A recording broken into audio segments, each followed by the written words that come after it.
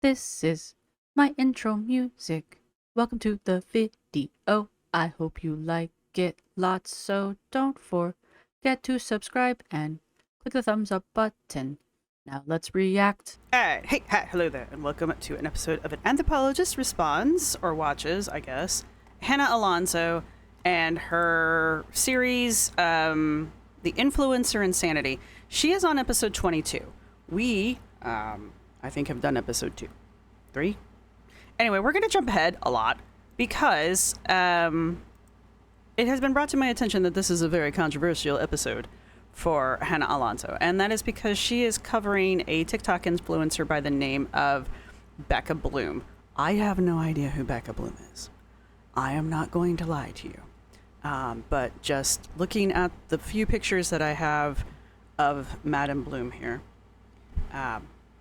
she's a wealthy individual.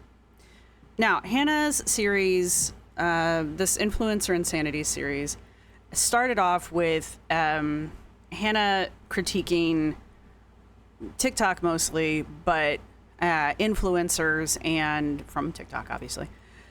And just, influencers influencing and why they influence and how they influence and why audiences are influenced, right?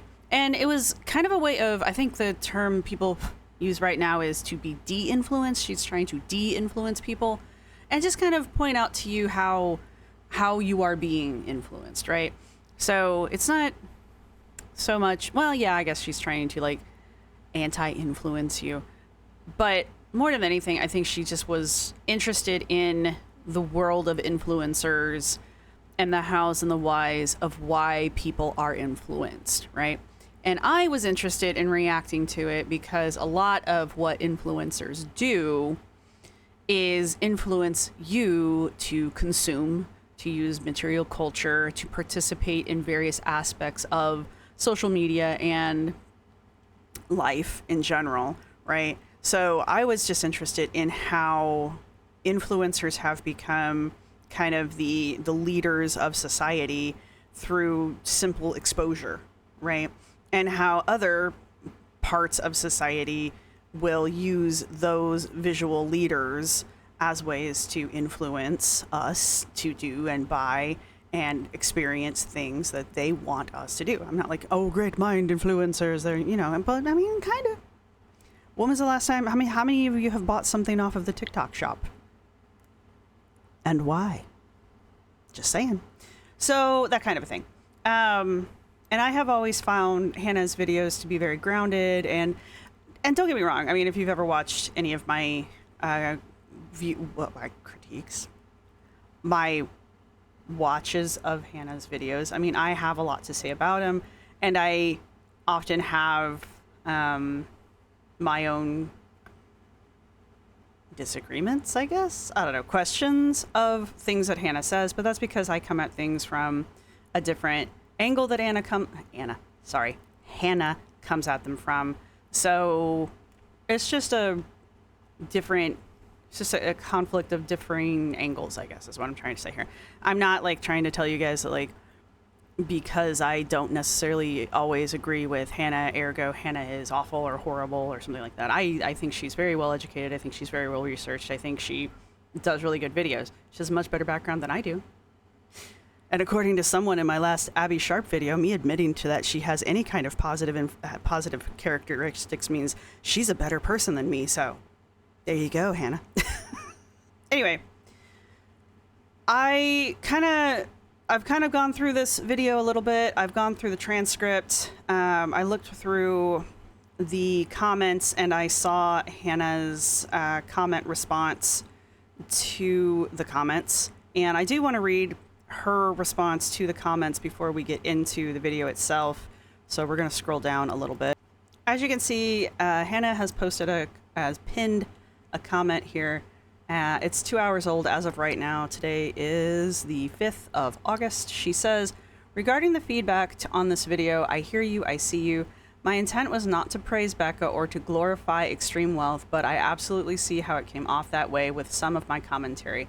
Rather, my intent was to explore the strange phenomena of why someone like Becca has shot into internet popularity. It is confusing why someone in Becca's position would have so many supporters on her own videos, given the wealth disparity in our country and the tone-deaf nature of her content. I made this video to summarize the reasons why she's gotten so much support so quickly on her own platform, a way of discussing a perplexing internet trend the same way I do in my other influencer insanity videos. That said, I missed the mark on my delivery and with the depth of my analysis, and I can see the harmful impact it has had. I can understand how this video feels uncharacteristic for my channel. I appreciate all of the feedback and will take it into consideration moving forward. So I think that's a good response to some of the criticism I saw. I did not go through every single comment because unnecessary. But she also did not address things individually, which, again, I think is unnecessary. She's got 6,000 comments here. Just gonna go out on a limb. Maybe she didn't read every single one of them. Sorry. That's asking a little much. I believe she just got her gold button. I forget. Something like that. Gold or silver. Anyway, she has a lot of followers. She has 745K subscribers, and going off the fact that she has over 6,000 comments, I'm going to guess a lot of those people are active. Unlike some people we follow. Say it. Just putting it out there. Anyway, so my point is I think her response to that was as blankety as it can be. And still basically telling people, you know, I hear what you had to say. And now we have watched Hannah's stuff before in the past. We have critiqued Hannah's stuff before in the past. So mostly her influencer insanity stuff. Now she also does MLM content. I don't necessarily, I watch it. I've never covered it on my channel just because, I mean, there's a lot of people that do MLM stuff. I'm not necessarily interested in covering it, I guess is where I'm trying to go with that. There are plenty of other channels that do that. If you're interested, you know, check them out. Check out Hannah's stuff, that kind of a thing. I guess my point is I'm preparing you for a more critical than normal video on Hannah, but I don't want you guys to walk away from this thinking that I am like gonna continuously be overly critical of Hannah, because I am going to continue to do that, and I apologize because it's gonna slip, and I don't mean to do that. we have someone on the channel named Anna that we cover, and it's gonna drive me nuts. Now, what I do want to do is Hannah kind of put a hypothesis, a question in her response to the comments. And I have notes, so when you guys see me looking down at the bottom here, it's because I'm looking at my notes. So, and moving my notes around because as usual, I don't know where the hell to put the damn things. All right, so Hannah starts off with, Hannah, in her response to the comments, kind of puts forward a hypothesis that I wanted to look at the video when we go and look at it in this. I talk a lot. This is probably going to end up being a two-parter, just FYI. There's probably going to be a rather abrupt cut at some point. So just because I'll probably try to record this all the way through. I'm sorry, that's how this works. Anyway, Hannah puts forward this hypothesis in her response to the comments, and she says, it's confusing why someone in Becca's position would have so many supporters on her own videos, given the wealth disparity in our country and the tone-deaf nature of her content and this is where I kind of add a little bit, this is me, in comparison to other TikTok influencers, because that was me adding that little last part, in comparison to other TikTok influencers, because that creates a actual hypothesis question, right? But that seems to be the hypothesis, the question that Hannah says that she meant to be going over in the video, right? So that's what Hannah was trying to do with this video, right? She was trying to look at this and figure it out. And it didn't hit for her audience the way she was hoping it would hit, right? So, all right. But we're going to look at this through an anthropological lens. So, and we're not necessarily using dark anthropology. I know, crazy talk. We're going to do just basic anthropology. We're going to do basic material culture thinking here. And we're going to kind of use a little bit of a feminist archaeology lens. I know. Crazy talk. We're going to talk about women through a feminist lens in anthropology. It's crazy. Shame. You crazy women and your crazy anthropology. I do have a book here. No, this is an old book. If you do anthropology, you poor souls. If you decide to go into anthropology, I don't know why you would do that, but says me with my degree. This book was, God, when's the original publishing of this thing? Was it originally added to 2002? I feel like it's older than that. It's not. All right. There's probably more newer editions of this now. But for those of you who don't read backwards, fun things that dyslexics do, by the way. This is Thinking from Things. There's a different book. There's another book that's very similar in title that is not this book. This is Thinking from Things, Essays in the Philosophy of Archaeology. This is edited by Alison Wylie. So there's a number of essays in here.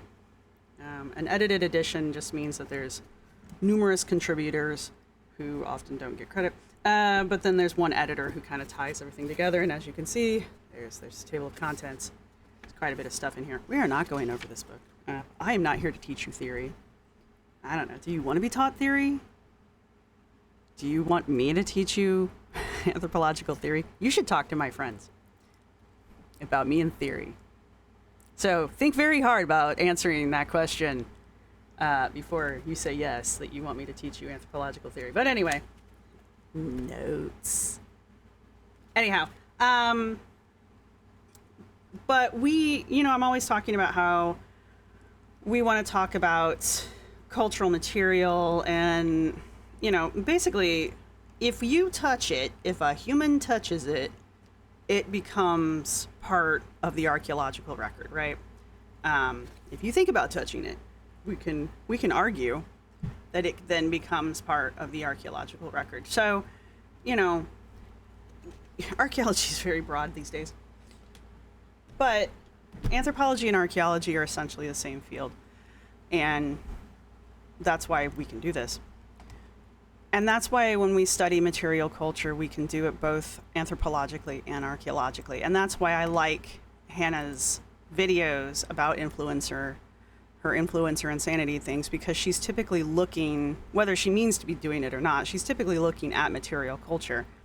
Again, my wheelhouse. So this is a very long way for me to get around to telling you guys, we're going to be looking at that. We're going to be looking at material culture this way.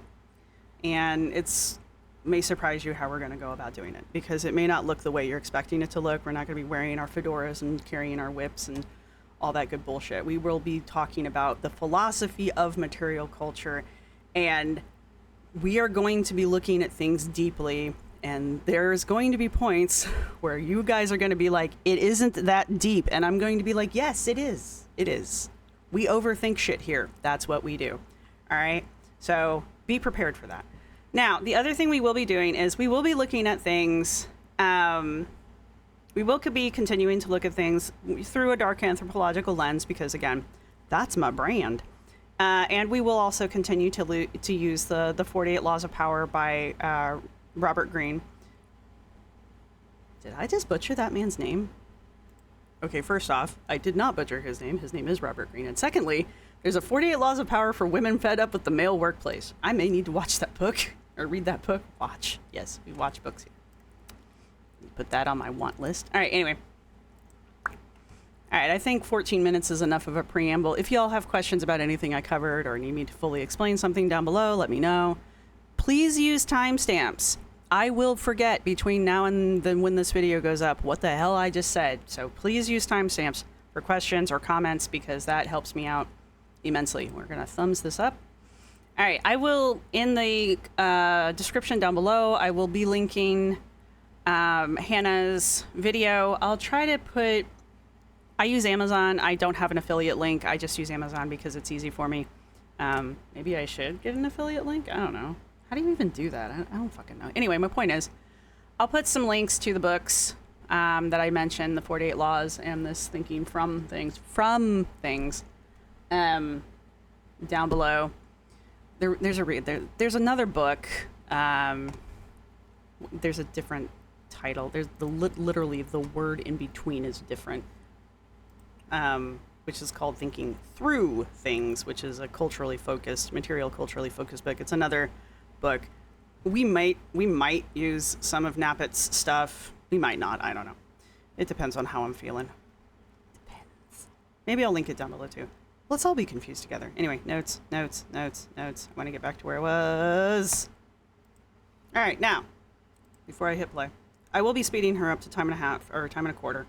Now, anthropology teaches that wealth is a symbolic system. I'm always talking about wealth signaling when I talk about wealth, and especially when we're talking about Hannah's videos, and she's always like, you don't need that when she's talking about influencers and the stuff that influencers show you. No, you don't. The reason why people buy things and the reason why people show you the things that they buy is because we're trying to signal to other people that we belong in certain groups. We wealth signal or we group signal to other people, right? And that's how we as humans signal to other humans that we belong in various groups, right? You have an Apple iPhone because you belong to the cult of Apple, right? I don't because I don't like Apple. So I have a Samsung, right? That kind of a thing. Because I belong to the cult of Samsung kind of a thing. But you will, this video is, or this, Becca Bloom is going to use a lot of quiet wealth. So she's going to have a lot of very, very expensive items. But you and I will not necessarily know that because we will not immediately recognize some of these things for the expensive items that they are because we are not part of that group, right? And this is her way of wealth signaling to other people who are already part of her group that she belongs to that group. This is her way of signaling to her in-group that, yes, I am part of that in-group, right? And that's one way of wealth signaling. Like, it's so subtle that only people who are already in that group will understand. And it doesn't necessarily, that kind of signaling doesn't necessarily have to be a wealth thing. It can also be like group identity. There are certain objects and ways of ways of signaling to other people of a certain in-group that you belong to that in-group that people outside of that in-group are not necessarily going to recognize. I know this is going to annoy people. Wealth is a cultural construct. We as a society have decided what is and what isn't wealth, right? We've decided that shiny rocks are expensive and therefore people who own shiny rocks must be wealthy people because they can afford to possess the shiny rocks, right? That will come into play. Things like that. So we have decided as a society that, I don't know, Versace is an expensive brand. Therefore, people who can afford to buy Versace and wear Versace must have money. So if you see someone wearing Versace, then they must be a wealthy person, right? There's ways of like cheat coding it. Like maybe you found a piece of Versace on sale somewhere, or maybe somebody bought you a piece of Versace. And so you are able to cheat code your way into a higher social bracket by having that piece of Versace, right? But for the most part, we as a society have defined for ourselves what wealth looks like, right? And so, yes, typically you as an individual are going to stay within the social class and the wealth class, economic class that you are born into. Most people will not move above that class, unfortunately, statistically. Don't be a statistic, kids. But the point is, we as a society are the ones who have decided what those classes are, what those classes look like. And we are also, as a society, the ones who keep ourselves in those classes, right? Crabs in a bucket, my friends. But because of that, Hannah seems to confuse wealth as a static trait. And again, as anthropologists, we are all anthropologists today. We have to treat wealth as a symbolic system. And it's a system, right? So there are social cues. Again, I was telling you about the wealth signaling. The thing that Hannah seems to be missing is that what is apparently making Becca Bloom seem to be liked, I'm skeptical of that claim actually, is not that she is rich. It's how she signals her wealth. And again, I talk about it, very quiet wealth, right? So the way that she is very quiet about her wealth makes her seem non-threatening or even relatable. I'm not saying that she is, but it does make her non-threatening and relatable to people who aren't necessarily in her social stratus or even her wealth group, right? So like, again, going to the thinking from things, objects like jewelry, her clothing, at one point she feeds her cat a caviar. Though these things are not neutral things, and they never have been. These have always been objects that, even your plates, that symbolize wealth and signal wealth to others. The way that she uses them and presents them in her videos is so casual and so relatable that they are non-threatening compared to other influencers that I have seen where they're in your face about it, right? It is important to them that you know what they're doing. There's also another part, and we'll start the video in a second, but there's another part in here that's really important. And it's going to be around the 36-minute mark, where Becca is going to ask her audience for help picking out a handbag. Now, she does say something to the effect of like, should I go with this Dior handbag or should I use the Chanel handbag? Now, yes, she is name dropping these brands of these bags, which are bags that we, the normal people, the plebes, will never be able to afford, right? But the way that she is doing it is through relatability. She's creating a faux relatability here, right? She is asking the audience to participate with her in picking out a handbag, right?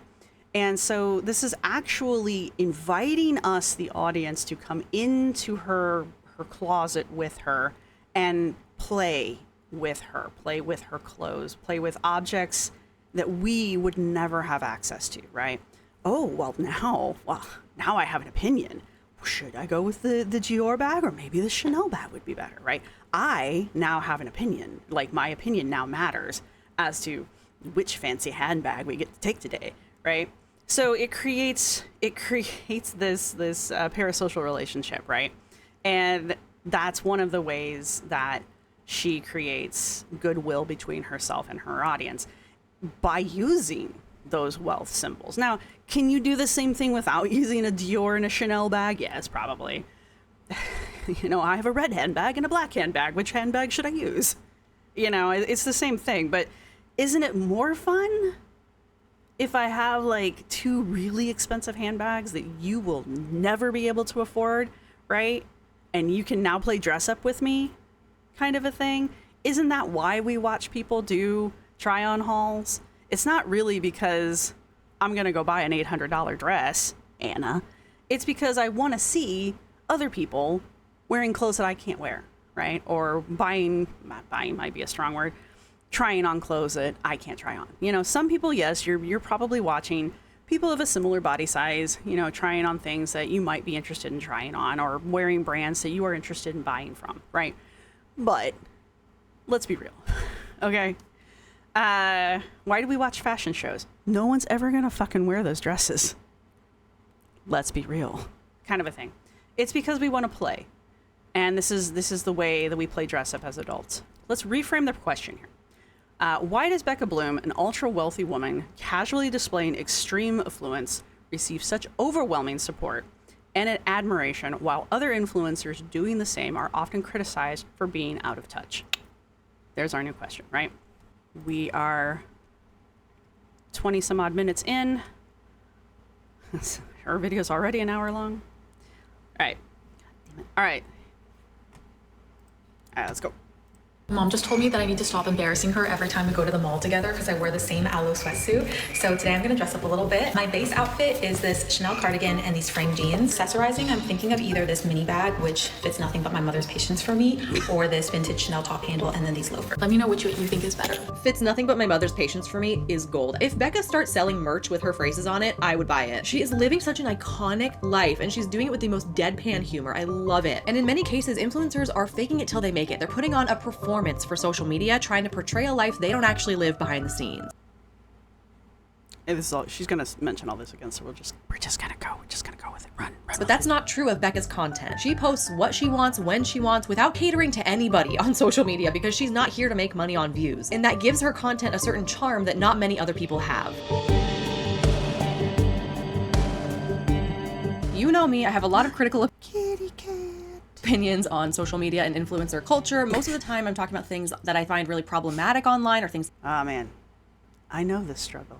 Right now, I've lived this struggle right here. that I don't like. Okay, this tail is really... Zeke is insisting on being a part of the action today. I thought I would just start filming, but wow, I'm getting like batted in the face already. As I was saying, most of the time with these influencer insanity videos, I'm talking about things that I'm not particularly a fan of. But today we're gonna be taking a different direction and we're gonna be covering somebody who's actually very well liked on social media. And it's perplexing because you feel like you shouldn't like her, but you do, you just can't help it. And most of that conversation has to do with money too. In my last episode of Influencer Insanity, we talked about influencers who kind of built their following based on being down to earth and relatable. And then over time, they changed to be somebody completely different, usually as a result of increased wealth and letting that money get to their heads. But what I've got for you today is almost the opposite phenomenon. This is somebody with exceptional wealth and social status in her real life, and she decided to join TikTok one day, and she shot to internet fame because she's so wealthy. Her name is Becca Bloom, and she has 3.7 million followers on TikTok. And Excuse you. Anna has 8.5 million. What does Becca Bloom got? Pfft, please. Anyway. You know what would be nice to see is Hannah cover Anna. That'll be a really hard episode for me to cover, but I'd like to see it. I'm sure that number is already outdated by the time this video goes live because she is gaining followers by the minute. Oh, so is she new? She's a new account? All right, cool. I know nothing about this woman. But here's the thing, she created a TikTok account in January of 2025 and she became somewhat of an influencer virtually overnight because she's posting these videos showcasing her extreme wealth. And the catch is people love her for it, as I will show you. Do they though? This woman says and does some of the most out-of-pocket, unrelatable rich person stuff, but for some reason it doesn't rub people the wrong way like it would if it was coming from a traditional influencer. A traditional influencer being somebody who makes their living off of social media, who is chronically online, who is always trying to sell you something, who is chasing views and attention. Becca isn't like that, and I feel like calling her an influencer isn't really even the right title, but I'm not sure what else to call her because I've never come across somebody like her before. She's so unique. The most popular types of comments I see on her videos are those who are saying that she's a rich person riching right, or when I say eat the rich, I never mean you. So this video is dedicated to exploring this strange dynamic where I would say generally we're pretty fed up with influencer culture. We're tired of people shoving their wealth in our face, but for some reason Becca seems like the exception, so I really want to dissect why that is. Usually you're kind of side-eyeing these people in disgust because they're so insufferable and the things they're talking about are so out of touch with reality. And it's true that Becca does have a ton of money and the life she's living is not relatable by any stretch of the imagination, but people still find her very likable. If there's anybody that's critical of influencers, it's me. But I think Becca is a national treasure. She came up on my For You page in March and I followed her almost immediately, which was very confusing to me because I'm like the last person to follow influencers. And for the last few months, I've just been watching quietly and also trying to nail down why exactly I like her so much. So today I want to deep dive into Becca's account and really figure out what makes her so much more palatable than the average influencer. There's a lot of different discussions to be had here, and I'm curious to hear what your thoughts are on this too, because I feel like my commentary aligns with the majority just in what I've seen in her own comment section. Like the way I feel about her seems to be the way most people feel about her. But I know the examples I'm going to show you today, they could be interpreted many different ways. So let me know how you are feeling about it. There is so much to dig into today, but first I'd love to give a moment for today's sponsor, Hungry. All right, we're not doing commercials. All right, so far what I have heard is that Becca Bloom is a new TikToker who has a fast growing channel, props, but also she's not like a traditional influencer in that she's influencing because that's her job. And it sounds like she doesn't have to have the forced fake wealth that a lot of influencers portray because she is wealthy. And that probably takes a lot of the pressure off because she doesn't have to fake it. She is, right? So that allows her to be more authentic than people who are trying to portray themselves as wealthy, so that they constantly have to be like name dropping and shit like that. But if you notice, she did name drop. She mentioned she was wearing a Chanel sweater. She mentioned she was wearing vintage Chanel shoes or something like that. I don't remember exactly everything she said. So she will tell you the brands that she is wearing. And so she is brand dropping, I guess would be the thing to call that. Is that influencing? How many people who are watching, how many of her 3 point whatever million subscribers can afford that? Chanel stays in business. So somebody's buying their stuff is kind of where I'm at with it. It is clear that Hannah likes Becca. And I mean, just that one little clip was actually pretty funny. It only holds my mother's patience for me. It's a very small purse. Touche. But that's kind of the thing. Like, if Becca really doesn't have any pressure to pretend to be rich because she is rich, I mean, where's the pressure? Now, in the comments about this, about Becca, I'm scrolling. It was mentioned that Becca was signed on to a talent agency. People were saying that she is not a real, sincere, humble person, that she is carefully curated to appear this way, which would definitely fall under our dark anthropology, right? That she is definitely portraying a online persona, which I would say anybody online is, including Hannah, including myself, including Becca Bloom. Because it's the internet. It just is what it is. So that's to be expected. I'm trying to find, there we go. But people are mentioning that she belongs to this United Talent Agency, and even though she's rich, this talent agency is kind of driving the growth of her channel and keeping her growing, right? And that they are indeed scripting her. Now, how scripted is she? I don't know, because that seemed like a pretty normal delivery for me. But I don't know if she's that good of an actress. Does it matter? There are people on here who, a lot of Hannah's viewers are not the typical TikTok viewer, because they come to Hannah for a very specific reason. And if Hannah has a very Pollyanna, rose-colored glasses reaction to Becca, it's understandable why Hannah was receiving the criticisms from her viewers that she was, because this is not a typical reaction for her. And so her viewers would probably feel a little betrayed by Hannah's apparent reversal of her normal critique. Now, this is Hannah's 22nd influencer insanity, right? There's been a lot of these, is kind of my point. She's been doing these for about 2 years, I believe, at this point. Right, we'll go over Becca's dark anthropological traits here in a minute, probably closer to the end. But people did warn Hannah that she had basically fallen for the manipulation of Becca and Becca's apparent, well, I mean, they're saying that she is on her webpage. It does say that she is signed with this talent agency, which, I mean, if she's got it on her page that she is part of this talent agency, then, you know, she's being upfront about it. So she's not hiding it, Anna. Maybe that's what Anna needs. There is more that I want to say about Hannah's response to the comments. I don't want to call it an apology, because I don't think that it is one. I think I don't believe that's what she was trying to do with it. So I don't feel like it is an apology, and I don't want to characterize it that way, because calling it an apology when it is not puts weight on it that it shouldn't have. Anyway, we'll talk about that later. But let's just keep watching. Today's video. Let's start with the first video of Becca's I came across that really drew me in, where I was like, hold up, who are you? Where did you come from?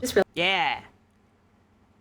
I've never actually tried on my wedding necklace, so today I'm going to try it on in front of you guys. I've never tried on my wedding necklace? Why? Why would you not wear the necklace from your wedding? If you're new here, I'm getting married in the Fully de You're not married yet. Prey necklace from Van Cleef.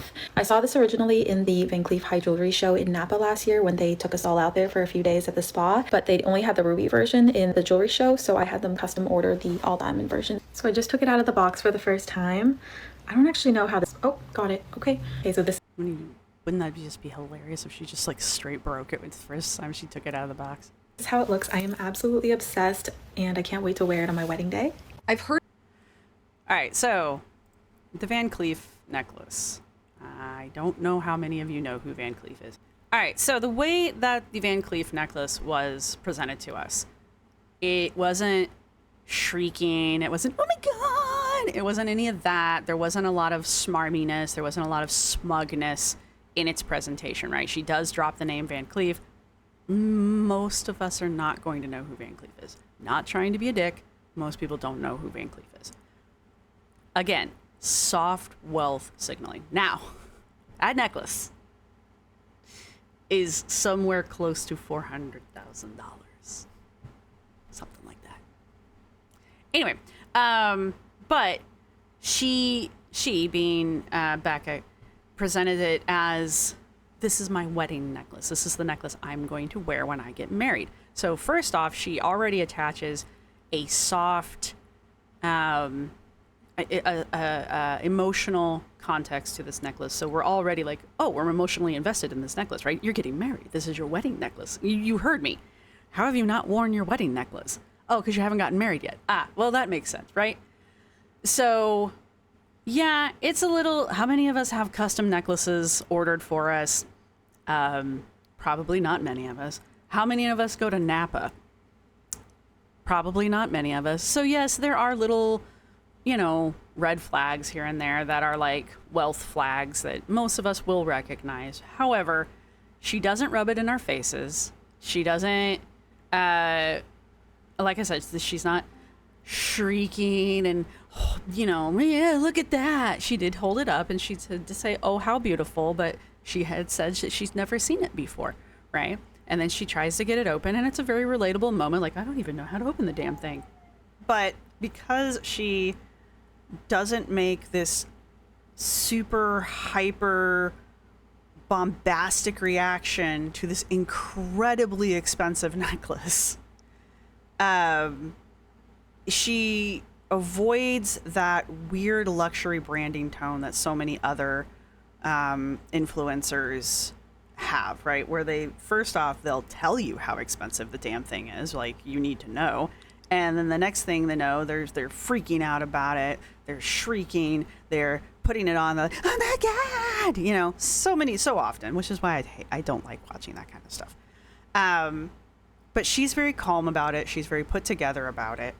And she invites us into an intimate moment.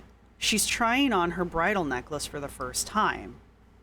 She's never done this before. This is the first time she's even looked at the damn thing, right? She's only ever seen the ruby version of it. She's never seen the diamonds. She had to have it special ordered, so she's no idea what this thing's going to look like. She's unboxing it with us. Don't we all love a good unboxing? Right. So this is not just a piece of jewelry, right? So going back to the nice book that I was telling you about, the Thinking From Things, this necklace becomes a relational artifact, right? She is using this artifact to bring her audience in and to help relate with her audience. Yes, you and I are not going to go buy a $400,000 necklace. I don't know, maybe you are. Props, okay? Knock yourself out. But the point is that the rest of us are not. But like with the handbags, she is inviting us to come into her home and play dress up with her, right? And she's also inviting us in to have a intimate moment with her, to see her bridal necklace for the first time, to see what it looks like on for the first time. And on top of that, she is telling us the story of the acquisition of the necklace without being overly dramatic about it, right? So it's a casual, slightly emotional story that has a payoff with it, and also invites us, the audience, in for a personal moment, right? You can see why people might like her. Don't get me wrong, there's plenty of people who are going to be absolutely just turned off by that, right? Especially if they know how much that damn necklace is worth. Heard of Van Cleef only through social media recently. A lot of big influencers are now buying Van Cleef jewelry, particularly the Alhambra collection, which features this 4-leaf clover design. I kept seeing influencers wearing this jewelry, but I didn't know what brand it was for the longest time. It's Van Cleef. So when I came across this video of Becca's, I was like, here we go again, like another influencer showing off their Van Cleef jewelry, kind of almost rolling my eyes at it, until she dropped a line of, I saw this for the first time last year at the High Jewelry Show in Napa when they invited us all out there for a few days at the spa. And then I was like, wait, hold up. Van Cleef doesn't host influencer events, so like, who are you? And why did Van Cleef invite you on a trip to Napa at the spa? Like, she must be somebody of high social status in the real world in order to be invited to something like that, because... And this, again, is another one of the moments where I'm talking about, what was I calling it? Soft wealth, quiet wealth. There we go. Because, as Hannah said, Van Cleef doesn't have influencer parties. They don't need them. So who are you that you went to a jewelry show for Van Cleef? Well, she just said you must already be someone of high social status to even go to something like that, because only people who are already part of that particular in-group are even going to be able to go to that kind of a party, right? They don't do influencer shit. Because Van Cleef doesn't cater to influencers in that way. That was the first signal to me that she's not just internet famous, like she's made a name for herself in the real world offline. And that felt confirmed for me when I looked up the price tag on this necklace, okay? Brace yourselves, because holy mother of God, this necklace is $395,000. I was like, oh, okay, you're not influencer rich, you're like rich. Knowing how much that necklace costs and then rewatching this video to see how nonchalant she... I kind of want to know how much her dress is worth now too. I just want to know how much the wedding dress is now. I'm just curious. Is when holding it, handling it, talking about it. It was so jarring for me. My brain was not computing. She's holding this necklace like it's nothing, as if it doesn't cost as much as a house. I wouldn't say she's holding it like it's nothing. She's holding it pretty reverently. I mean, it's still her wedding necklace. Just because it's a rich person holding a valuable object doesn't mean she's treating it like trash. I didn't take that away from that at all. I mean, A, she seems pretty pleased with it, and B, it's not like she was throwing the damn thing around. She was just trying to get it open. This meek demeanor in relation to her astronomical wealth is a big part of what captivates people, as you'll continue to see. This is another example of this when she's showing her... Those are the cutest goddamn PJs I've ever seen. They probably cost more than my apartment. But again, check out her outfit. I have no idea who these PJs are. They probably can't. I'm just guessing. But she has several rings on that you can see. And she, in the other video, had several rings, there we go, on. It's just another way of wealth signaling. Yes, there are lots of people who wear multiple rings on their fingers at all times. Amber was doing it for a long time, you know, because it's fashionable and it comes in and out of fashion here and there, right? But whose rings are she? Whose rings is she wearing? And one of those is an engagement ring, because she's not married yet. It's probably still going to stay on her finger even after she's married, because these things usually come in sets. For those who don't know, I don't know who you would be. But the point is, that giant rock on her finger, that's an engagement ring. All right? Oops, I didn't mean to do that. Her wedding invitations. Our wedding invitations just arrived. We designed every part of our invitations with our designer. It comes in this soft, clean, velvety box. And when we open it, you can see a hand-drawn gold foil illustration of our wedding venue, Villa Balbiano. Here is the RSVP and invitation card. And if we lift the tassel, it is our engagement photo shoot in Provence. So I think I told some of y'all already, but my mom actually orchestrated that photo shoot when she felt major FOMO over missing the actual proposal. All right, and here's another thing that I'm noticing about Becca is her very casual language, very casual conversational language. It makes her a lot more relatable. I don't know if Hannah's going to talk about that at all. Yes, she's talking a generation down from me, slang wise, but I am hearing very conversational, casual language. She's not like, buffet. You know, it's not something like that. And she's not talking above my educational class, I guess is where I'm kind of going with that. So she doesn't seem to be talking down to people. I just want to throw that out there. Also, her eyebrows look like mine. So she basically wanted to recreate the proposal in Provence. The top comment on this video with 243,000 likes says, "I'm so poor that I thought the soft cream velvety box was holding the invitations plural. Turns out it's the actual invitation singular." And I 100% thought the same thing. If you've ever sent out wedding invitations or even something like Christmas cards, you know that it's expensive. Having the cards printed, the postage, every little thing is an upcharge. Like if you want the card to have rounded edges, or if you want it to be gold foil lettering or a glossy finish, like you're paying for that by the card. This is just another sign of how wealthy she is. Each guest gets their own velvet box that they then open to reveal a single invitation inside with a framed photo of the bride and groom in Provence. Like, are you kidding me? Well, that does explain why the box was so big, though, because I was like, that is a really large box for wedding invitations. But if if that box is the wedding invitation, that explains it. I mean, it's a nice keepsake, I guess. All right. Again, going back to wealth signaling. I'm not really sure how much more wealth signaling you need than this. There you go. Hey, my cousin sent me very nice wedding invitations, and I didn't even make it to the damn wedding. I thought they were nice. It's astounding how much that must cost for each individual guest to receive something that nice. But It's also astounding for you to like think people give that big of a shit about your wedding invitation. I'm just putting it out there. Like, look, your mom's going to keep that box because you got married. His mom's going to keep that box because you got married. You're going to keep that box because you got married. I don't think anybody else is really going to hold on to that for very long. They might keep the box. But invitation aside, she's getting married at Villa Balbiano in Lake Como, Italy. Did I know what that was before this point? No. But she made a second video about her venue where she revealed the cost of it. So I'm getting married at Villa Balbiano this August in Lake Como. This is probably one of the most sought after venues, and I fell in love with it the first time I saw it. This is initially sort of what I had envisioned with the trees. Here's another angle. We have the same florist, Larry. He's great. You can make the design so versatile. Oh, Larry. We all know who Larry is. So this was another wedding recently. I'm currently debating though if I want one tree or two trees. I wanted to do an outdoor. Definitely go with 2 trees. Look, if you can afford that, go for 2 trees. You need the asymmetricalness. And use the second tree, use it in your wedding color. Let's go. You clearly have no budget. Let's do this. Look at that. That's gorgeous. receptions of something like this, or this, or this. Obsessed with this one that the Lake Como wedding planners did I don't really like that one. We're not doing that one. Don't go with that one. last summer.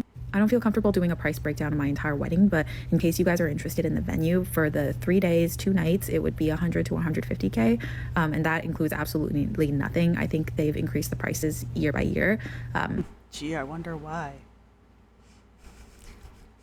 I wonder why they keep increasing the price. It's almost as if people will pay it no matter what. But you're going to have to find food vendors and everything else because that's just the price of the venue. Hopefully this was helpful. I just can't get enough of Okay, that's pretty. this view. So obsessed. Don't like that. Let me know if you guys want me to do like a little venue tour or anything like that. And this was me visiting the venue last summer. Tell me why I heard her say that the venue was going to be up to $150,000 and my brain went, that's not too bad.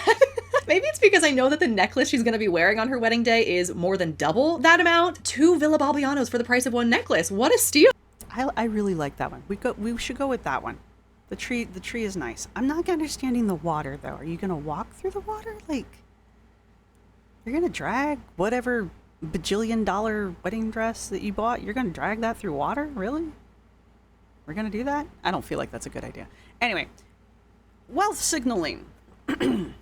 Hannah even says, I didn't even know what this venue was. I'm not trying to be a dick. No, you didn't. You know why? But again, quiet wealth. People who know, know. People who don't, don't. Right?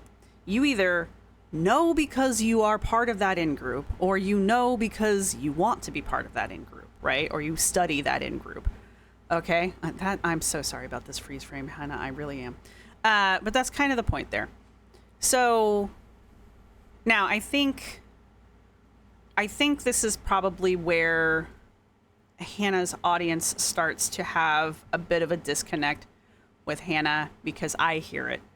And that's am I the only one who heard that the venue was 150 grand or K or something crazy like that? And I was like, oh, that's not so bad. Hannah usually goes in hard on the people she covers, especially when it comes to price tags. So to hear Hannah say something like that, I understand why her audience starts to feel a little off about. It's clear that Hannah really likes Becca. And it could just be because Becca is interesting. She does seem to be kind of cool. She's got a soft way of speaking. And again, she doesn't have anything to prove. I mean, shit, she's dropping 150K on just the building. It sounds like the florist may or may not be included. I can't remember. I can hear where Hannah may have started to lose her audience a little bit here. Now, what I'm not understanding is the critiques from her audience that are this being overly performative. I mean, obviously it is performative. I mean, it's on the internet. But like I don't get the scripted part of it. I mean, other than like I don't think I'm making my point very clear. I'm not saying she's like super wholesome and raw, you guys, but I mean, she doesn't feel fake. What does she have to prove? She doesn't have to prove that she's rich. She's clearly proven she's rich.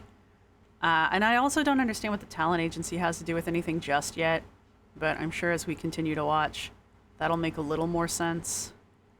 We'll work on it. We'll keep watching. Let's keep going. Cool. But I show you these videos as examples of her elevated lifestyle. She's talking about these things so matter-of-factly with such an even tone because this is genuinely the way she's living, and she's just giving us a peek into that way of life. Yes, I agree with you. But okay, so this would fall under the dark anthropological concept of controlling language. So Becca's controlling the symbols of wealth and how they are presented, and by that way she's controlling how the morality of wealth is being interpreted here. Because remember, Hannah's whole thing is about wealth and how it's presented and why influencers are insane for doing it the way that they do, right?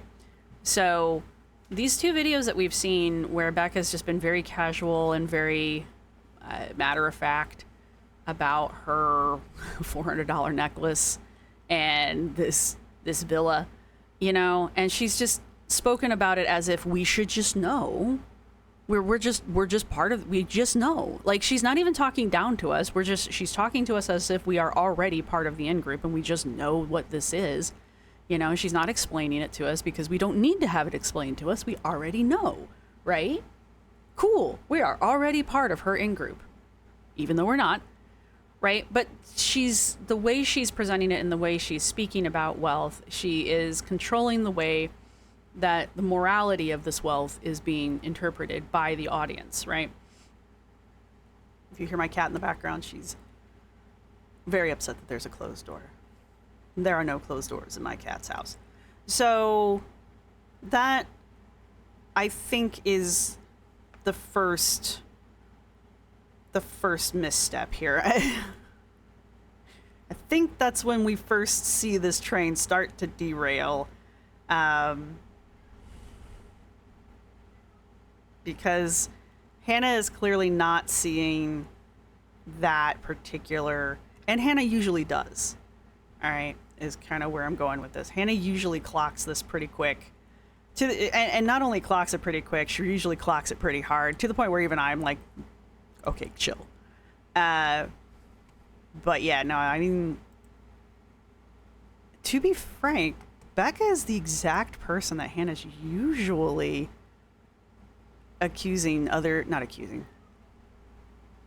Becca's the kind of influencer that Hannah usually is warning us about.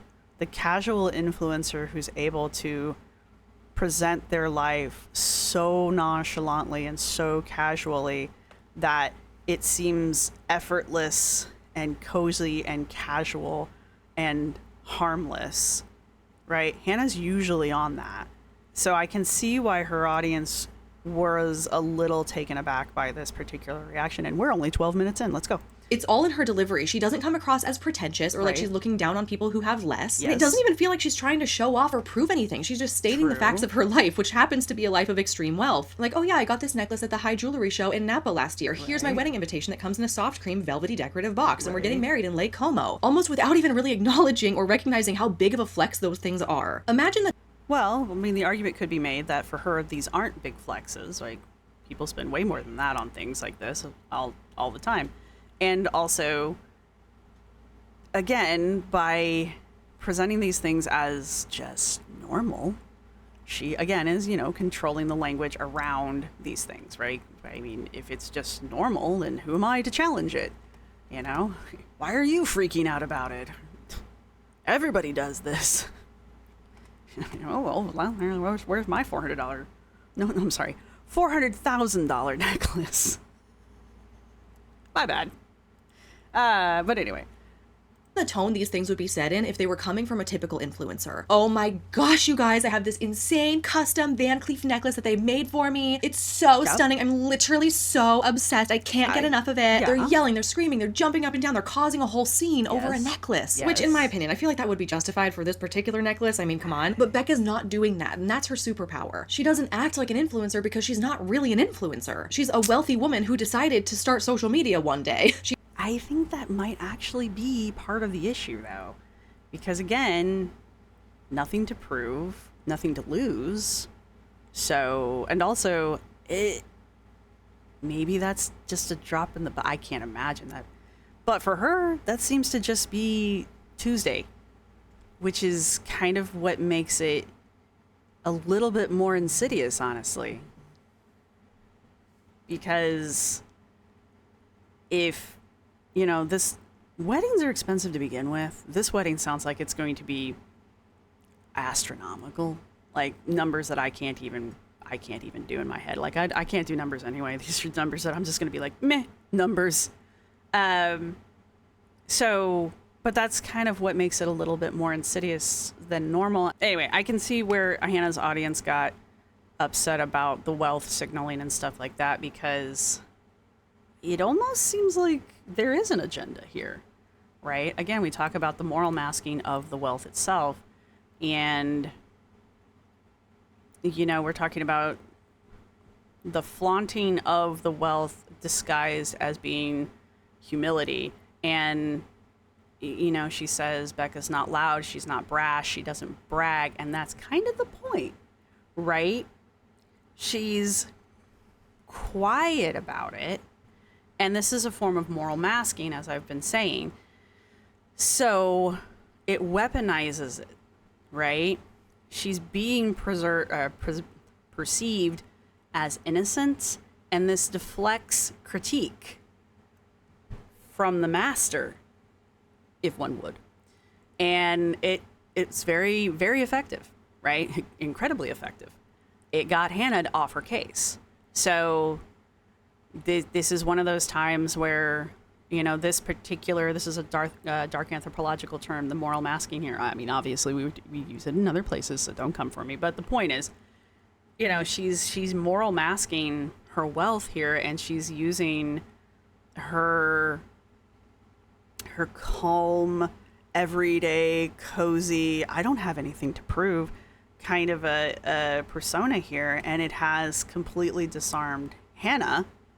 And it has deflected critique from Hannah, which also set Hannah up for critique from Hannah's own audience, right? It's actually pretty insidious. But because, Becca never comes out and just starts going, I'm rich, bitch. You know, we can't really call her out for it because she's not misbehaving as a rich person, right? She's being very humble about it. She's not, you know, rubbing it in our faces. She invites us into her every day, into her private, well, not private life, but she invites us into her everyday life, right? She makes us part of her in-jokes and things like that. And it takes the sting out of it, if one will. But also, how do you go after somebody like that? How do you go kick an innocent little puppy who just happens to be rich, ultra crazy rich? How do you go do that? I mean, look at the innocent little puppy. How are you going to kick that puppy who owns half of the continent? Why would you kick that puppy? Kind of a thing, right? But this is also like Law 32, playing into people's fantasies.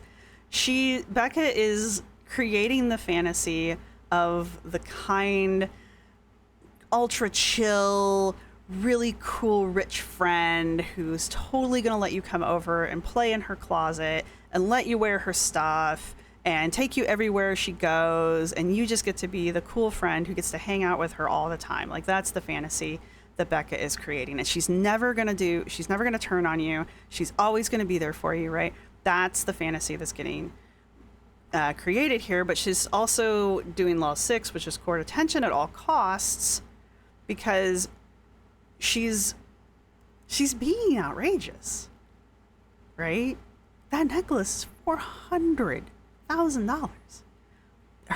The villa, you even heard her say it, but of course she says it so quietly and so casually. The price tag that she mentions is just a ballpark. She's even like, I don't even actually know how much it is. You guys would have to check on your own if you're interested. Yeah, I'm going to go rent that place next month, right? And then she says, that doesn't include the caterer or the decorator or any of that stuff. And I'm just like, huh, so you're just renting the space. It may not even include the florist like she was talking about. So, and she just kind of mentions it so quickly. But she says, you guys would have to check if you're interested, you know. And she says, you know, like, it's just the venue. You would have to get your own caterer. Because I'm going to go do that 2 months from now. I'm just going to go throw a party there 2 months from now. Thanks for giving me that information. It's good to know up front. But that's kind of the thing. But she's, you know, oh, I'm just a friend giving you some information about this really cool venue I found. Okay, cool, thanks. But at the same time, she's being absolutely outrageous about this location that she's going to get married at. That price alone, just for the venue, right? But it's enough to make me stand up and go, interesting. So she is, at the same time that she's being completely outrageous, she's doing it in a very relatable, cozy, friendly way that makes it really hard for me to critique her, right? She's not doing the yelling and the screaming and the jumping up and the oh my God kind of a thing that most influencers would do, you know? Anyway. She doesn't have an influencer reaction towards expensive things, and she doesn't have that god-awful influencer inflection in her voice. She's just quietly happy, and she's very composed. And it gives off a level of class that you don't often see from influencers. You're not expecting something like this when you're scrolling TikTok, and so when you do, you stop, you watch, you're engaged. These two next examples are arguably some of the most insane and unrelatable TikTok videos I have ever seen on the internet, but I love them so much because of the way that she's unapologetically herself. Ate my puppy's breakfast with me. Our chef pre-prepped all the ingredients for me, so I have the easy job of just plating it. We're using this little plate, and I think they misspelled bon appetit. Little blue eggs. We were told that the chickens that lay these eggs run around very freely, so hopefully that's true. Abby usually ignores the vegetables and fruits, but I have them anyway. Purple rice with mixed grains. Shredded chicken breast as a meal topper. Abby's a little bit overweight right now, so we're trying to cut back on the fat. But last step, we're gonna drizzle everything with a little bit of bone broth, just to make sure he eats some of the vegetables. Ta-da! Oscar is jealous. Good boy, is it yummy?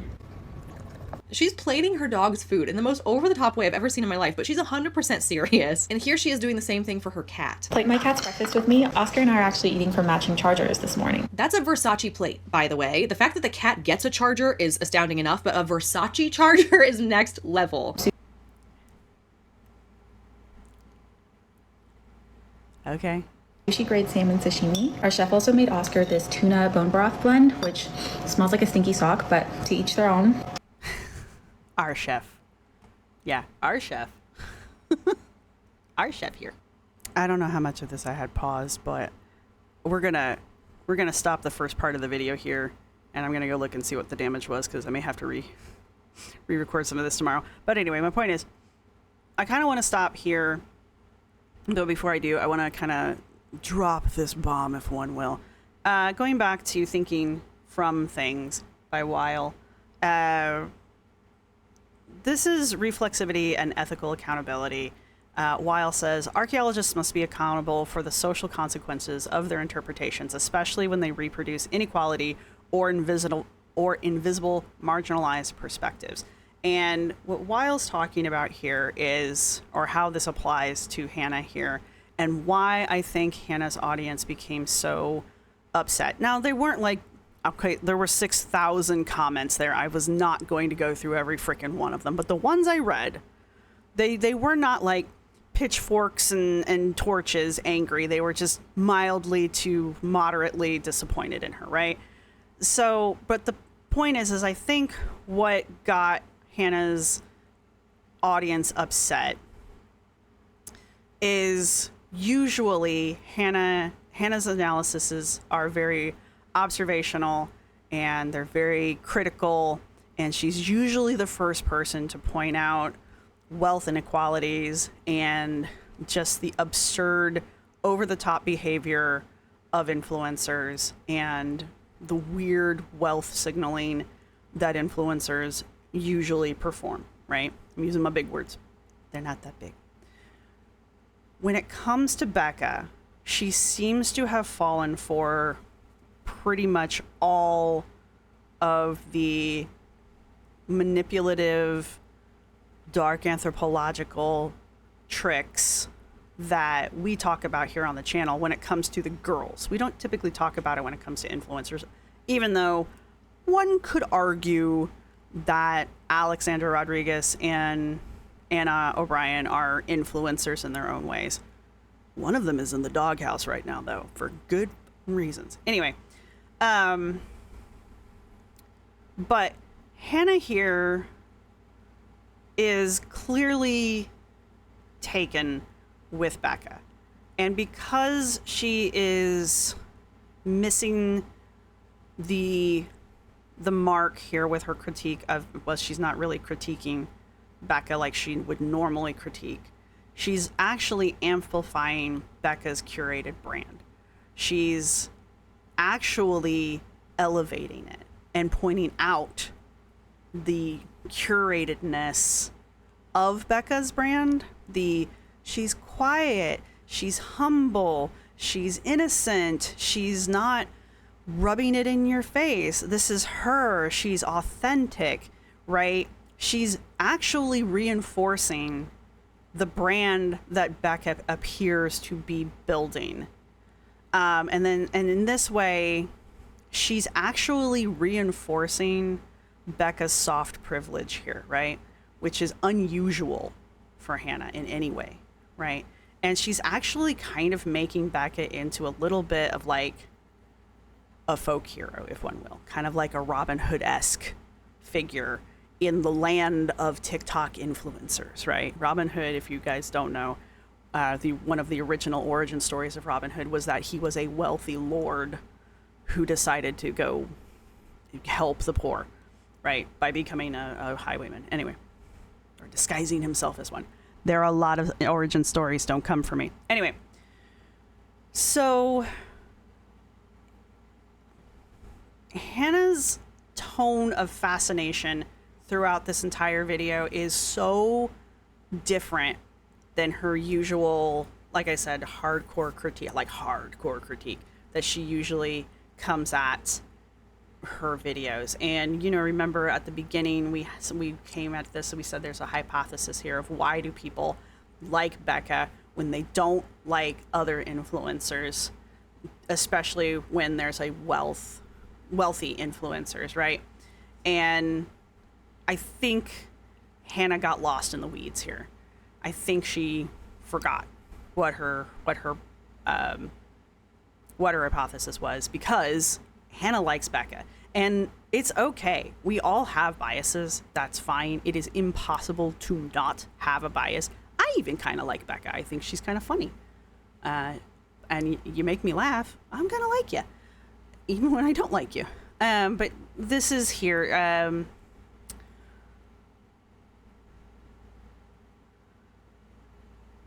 So Weil would say Hannah's interpretation actually participates in meaning making of Becca's brand, and Hannah is contributing to the legitimization of Becca and Becca's aesthetic, right? So actually, Hannah is helping Becca build and legitimize her quiet wealth, her rich best friend brand, right? Hannah is inadvertently building Becca up. She's advertising for Becca, whether that was intended or not. It clearly was not intended, but that seems to be what's happening. And I can understand why that has upset Hannah's audience, right? All right. I am being critical of Hannah, and that's fine. Because Hannah has already admitted that, this was not her typical thing. So I don't feel like I'm being terribly out of place here. But I don't want you guys to rush over. I actually would prefer if you guys didn't go over to Hannah's comment section and decide to contribute to the 6,000 comments that are there, because she's not going to read it. Just putting it out there. But if you do want to go give Hannah's video a watch, feel free to. Just, don't be dicks. Let me put it that way. If you guys want to go watch Becca Bloom on TikTok, knock yourselves out. Don't be dicks. I don't particularly think Becca's an evil, horrible person or anything like that either. So, but this is where we're going to end the first part of this, and we're actually going to do a formal, goodbye. And hopefully I didn't have the pause button on as long as I thought I did. We may have to re-record some of this tomorrow, but you will not know that. But anyway, if you've made it this far in the video, go ahead and put a teapot, because I'm staring at one. Is there a teapot? There should be. Down in the comments section. Let me know what you guys think so far. Is there anything I went over that you guys had a question about? I know I talk a lot in these. I know I go over a lot of terms in these. Let me know. Please use timestamps. I will forget what the hell I was talking about. I will. I promise you. So please use timestamps in your comments, just for everybody's clarification. Be respectful, please. I know people have strong opinions about this one. I don't think anybody's being particularly mean to Hannah. I think people are pointing out very respectfully, at least in the comments that I saw. Again, 6,000 comments. That, Hannah kind of missed the mark with this video, and I'm hearing it myself, so I get it. But it just kind of remember to be respectful in the comment section down below.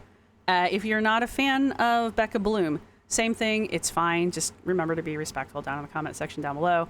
And that's really all I've got for you guys. I think I've said what I needed to say, where I needed to say it. We'll pick this back up tomorrow and get the rest of it done. So thank you to everybody who's been supporting the channel. Thank you to my subscribers. Thank you to my members. You guys rock. Thank you to everybody who's going to hit the thumbs up button. This will be released to members first. So if you guys like seeing videos before everybody else, remember I've got 3 levels of membership now. And that's all I've really got for you guys. So see you guys then. Bye. This is my outro music. You can't copyright strike me because it's just me singing. This is my outro music. Thank you for watching. See you next time.